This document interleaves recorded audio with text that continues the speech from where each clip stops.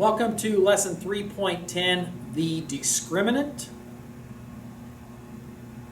We're going to start with a very difficult and complicated solve by completing the square that we had practiced on in a previous lesson. So we're going to solve ax squared plus bx plus c. So this is the generic quadratic equation with our a, b, and c.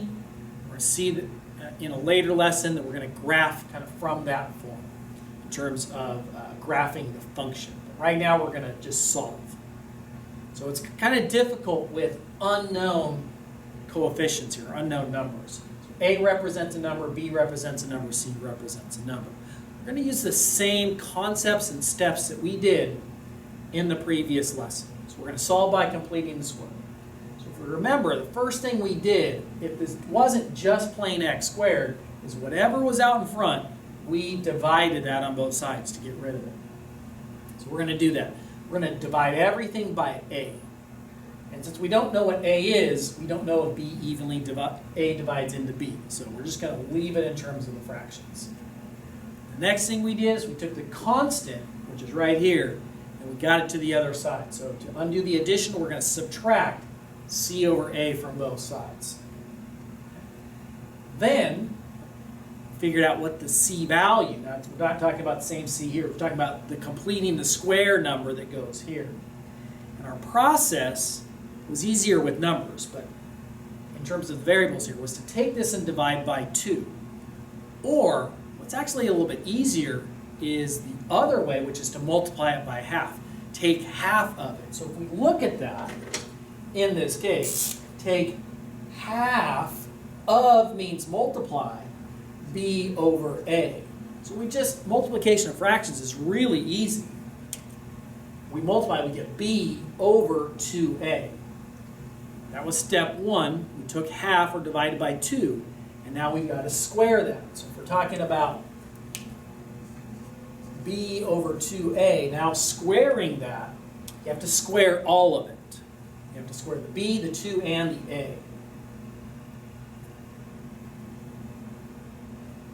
So b squared over 4a squared, that's what we're adding to both sides. Now the left side, that's going to be, write it as the square of a binomial, like we've been doing. And it looks really complicated, but if we just use the same process, it's not that bad. We've got the parentheses, we always start with x. And then what goes next to the x? It's what we squared to get this. What did we square? It's right here. That's what goes next to the x. Now over on the right side, we're going to need to add these. And to add fractions, you need a common denominator. And the common denominator happens to be 4a squared. So this one's good. We're going to need to fix this one. It's missing a 4 and an a. So we need to multiply top and bottom by 4a. Now notice the other thing that I did on the right is I then reversed it. So I put this one in front, that one in the back. Remember, I multiplied top and bottom by the 4a. And then over here, remember what we said was it's always x in front. What goes here is what did we square to get that, complete the square number.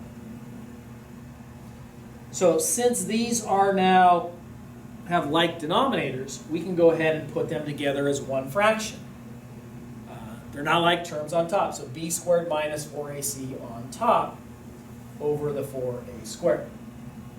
That's where we're at. So the next thing would be to subtract these. Square root both sides, plus or minus, square root. Remember, we would put these together. Now, in terms of square rooting it, we have learned previously that we can break this up. Square root top, square root the bottom. Do not forget about your plus minus here. Now, if we do that, the top's really complicated. I don't think we can do anything there, but the bottom's pretty easy. We could square root this. What's the square root of 4a squared? It's 2a. And some people use this as the quadratic formula. Most of the time you're going to see it condensed into one fraction because we have like denominators. And your numerator is negative b plus minus the square root b squared minus 4ac. So that's the quadratic formula, and that's going to be the focus of the next lesson. This lesson, we're just going to focus on this part of it, the b squared minus 4ac. That is the discriminant.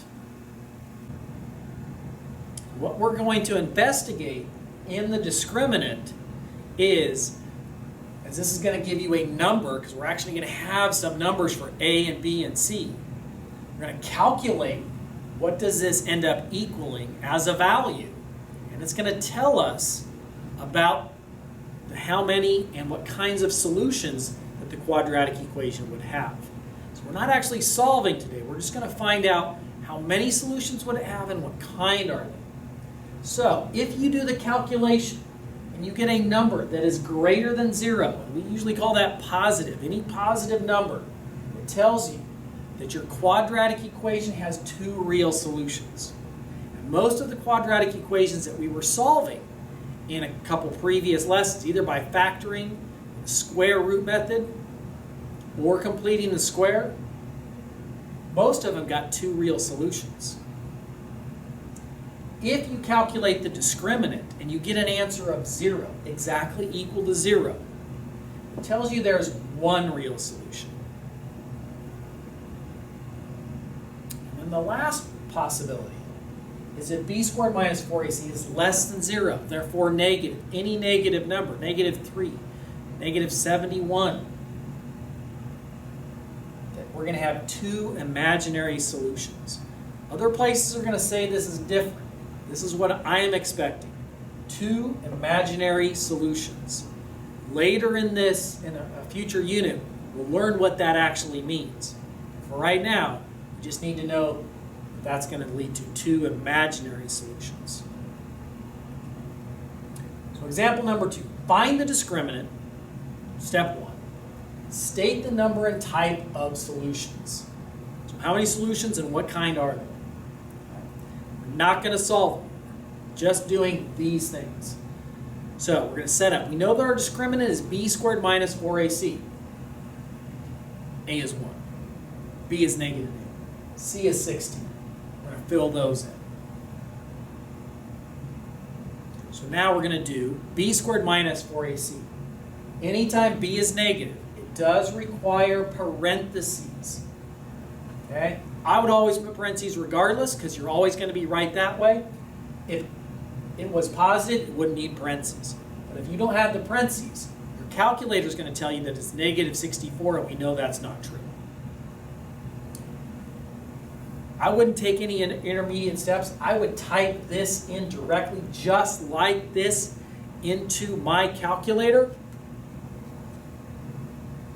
And it's going to tell me an answer of 0. And I'm going to box that answer because that's the value of the discriminant. That was the first set of directions.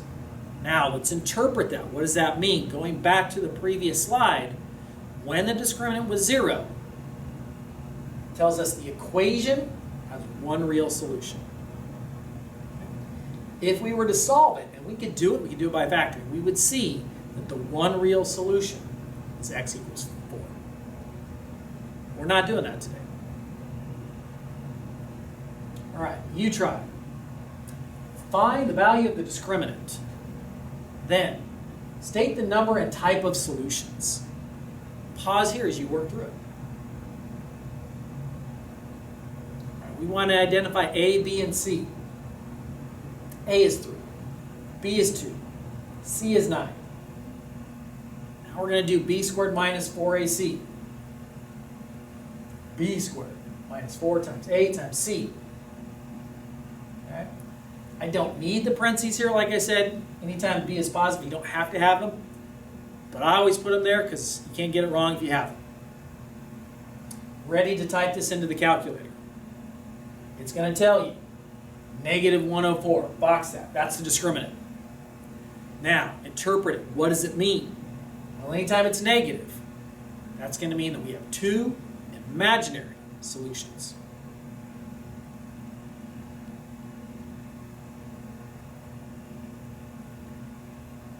Example number 3, find the value of the discriminant. State the number and type of solutions. Here we go. It's not ready for A, B, and C. Because to be ready, it has to be in standard form, which means it has to equal 0. Right now it equals 5. So we're not ready for A, B, C. We have to turn this into 0. So we're going to go -5. Be careful and put it in the correct order over here. Combine like terms if there are any. I don't think there are in this problem. We're going to write it that. So get it in this form first, then do your A, B, C. Now we're ready for B squared minus 4AC. Again, our B is negative. Parentheses are required.